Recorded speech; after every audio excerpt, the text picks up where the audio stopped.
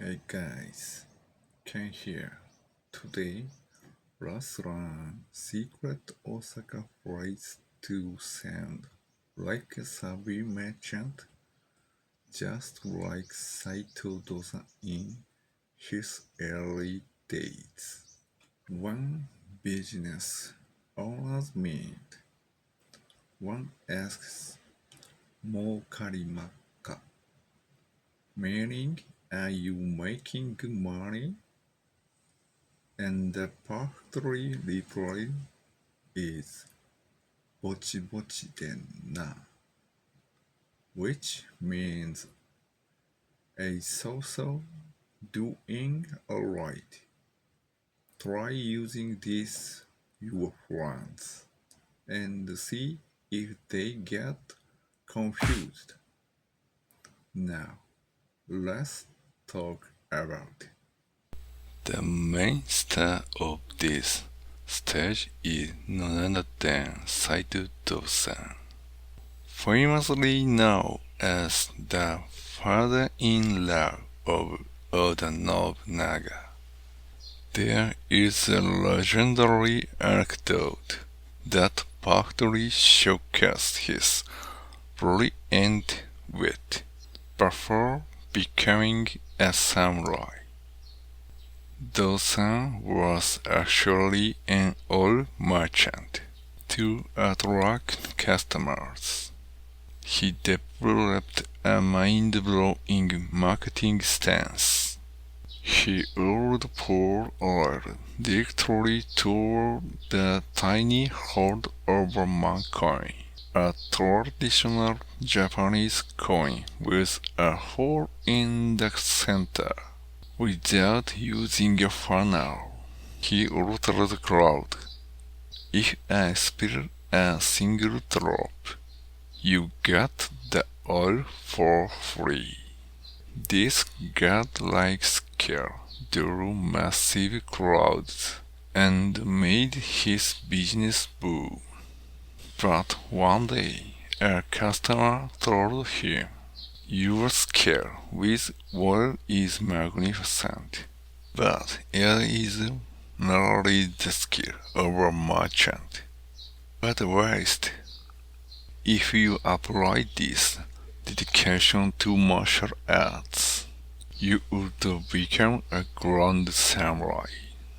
Taking this to heart, Dosan completely abandoned his business. He trained relentlessly in the spear and the matchlock gun, eventually becoming a master of martial arts. Later, he took the name Saito Yamashiro-no-Kami Hidetatsu, and after becoming a monk, he went by Dosan.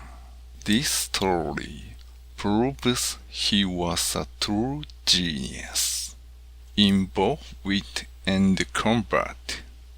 There are many theories on how a simple oil merchant became a powerful warlord daimyo. Today, the most accepted theory is that he steadily climbed the ranks and achieved Gekokujo, the overturning of the social hierarchy, overturning the religion across 2 generations of his family. However, because he chose power through sheer force, his relationship with neighboring provinces were terrible. He was constantly attacked, but since he won almost every single battle, Dosan was undoubtedly a master tactician. As I mentioned in the last video, Dosan formed an alliance with the Oda clan to improve relationships. To seal the deal, he married off his daughter. Kicho to Oda Nobunaga. And this is a very famous story about Dosan testing his new son-in-law. At the time, rumors claimed Nobunaga was a complete idiot, the fool of Ori, who never dressed properly and knew nothing of manners. Dosan invited Nobunaga to a formal meeting, secretly planning to make him a laughingstock. Before Nobunaga arrived at the venue, Dosan had along the road to spy on him. Sure enough, Nobunaga was walking down the street in messy, casual clothes, looking exactly like the fool the rumors described. Convinced he had the upper hand, Dosan rushed back to the meeting floor, ready to mock him. But when Nobunaga finally walked into the room, Dosan was left speechless. Nobunaga was dressed in flawless, magnificent formal attire, and his manners were absolutely perfect. Nobunaga had seen right through Dosan trap from the very beginning. He intentionally wore casual clothes on the road to make Dosan lower his guard, and then secretly changed into formal wear right before entering. Deeply shocked by this genius move, Dosan later muttered to his retainers, "My own children will eventually end up turning their houses in front of that fool's gate," meaning his sons would eventually become Nobunaga's servant. Dosan took such a great liking to Nobunaga's brilliance that he began to neglect his biological son, Yoshitatsu, and heavily favored his son-in-law, Nobunaga, instead. This completely ruined his relationship with Yoshitatsu, ultimately leading to a tragic civil war where Dosan was defeated and killed by his own son.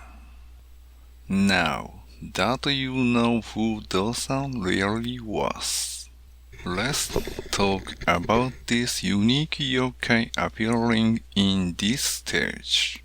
The most famous one here is the Nure-Onna, which literally translates to wet woman.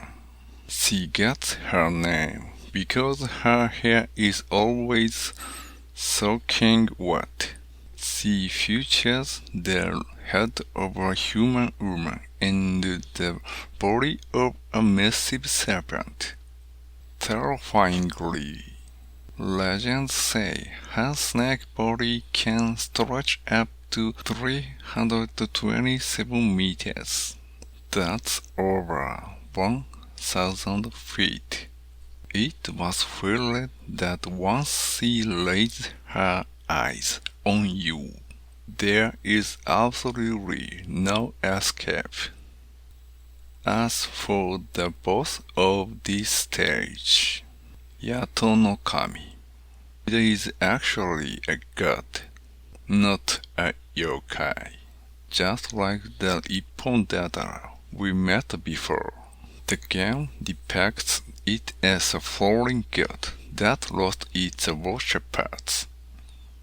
As it looks, it is a serpent god. In ancient Japan, snakes were highly revered as messengers of the god, or even as gods themselves, especially white snakes, which were heavily secret. The Yato in Yato-no-Kami actually means belly.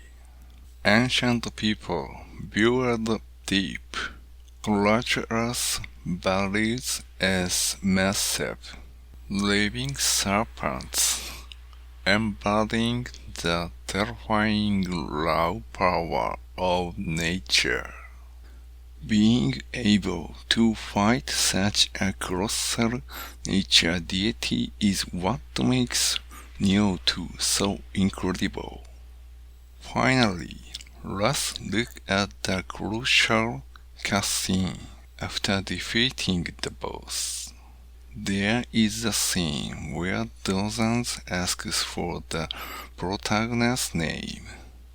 The moment the protagonist shows him the dagger and Dosan sees the kanji character, Hide, he realizes the protagonist is his own child. This character, Hide, is actually the extra same character from Dosan's real historical name, Saito Yamashiro-no-Kami Hidetatsu. Remember his revival son, Yoshitatsu. His name uses the kanji Tatsu. This means Dosan took his own name, Hidetatsu, and split it between his two children, giving Hide to the protagonist and Tatsu to the other son. The meeting behind the dagger finally makes perfect scene. The cutscene also explains Dosan's original backstory for the game. He was originally a yokai hunter who held the title of Mumyo.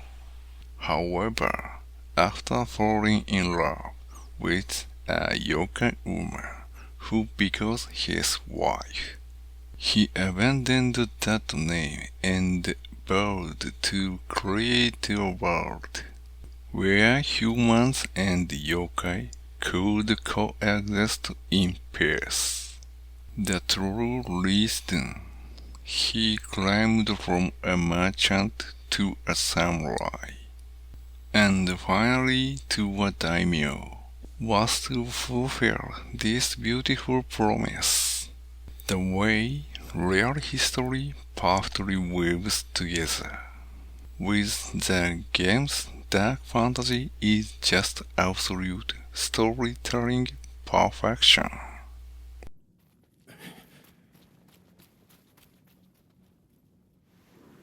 再びあやかしを切ろうとは皮肉なものよ。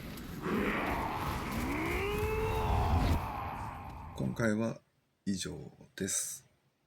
ではまた次の動画でお会いしましょう。バイバイ。